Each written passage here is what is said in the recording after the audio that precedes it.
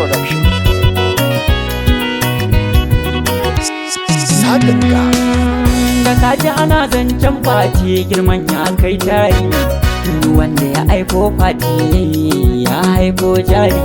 Dije ka da ɗan sauti na daban in yaba mai tsari, fati daban suke na gano komai nasu a tsari.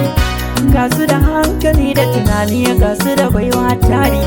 Dole na samo fati nima don yin kauce gori.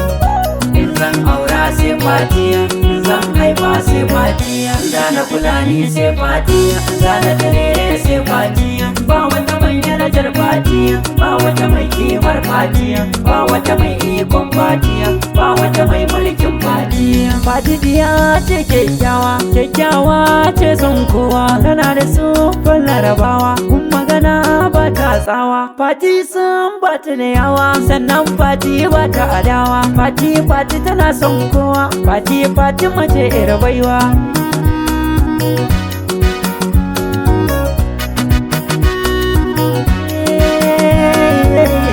Sai an tara dubu kafin nan a iso fatina.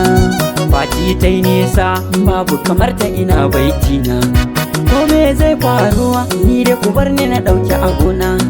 Fatima shalele na, ya ce mai ɗakina, zan kare miki rana, furta sirrina, ki ni kallon kauna, miki kallon kauna. Ba ni abinci a bakina, ni ko na baki da hannuna.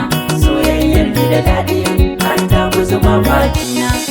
Kowa zaman aure fati ta daban ce, ta yi masoyayya take mutum ya zauce. Ga ladabi da biyayya sirrin fati na kunce. Kai mai neman aure dauko fati ka dace.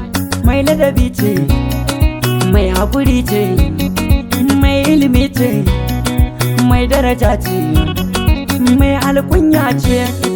Ni dai na yi dace, ina da fati ce, ina da fati ce.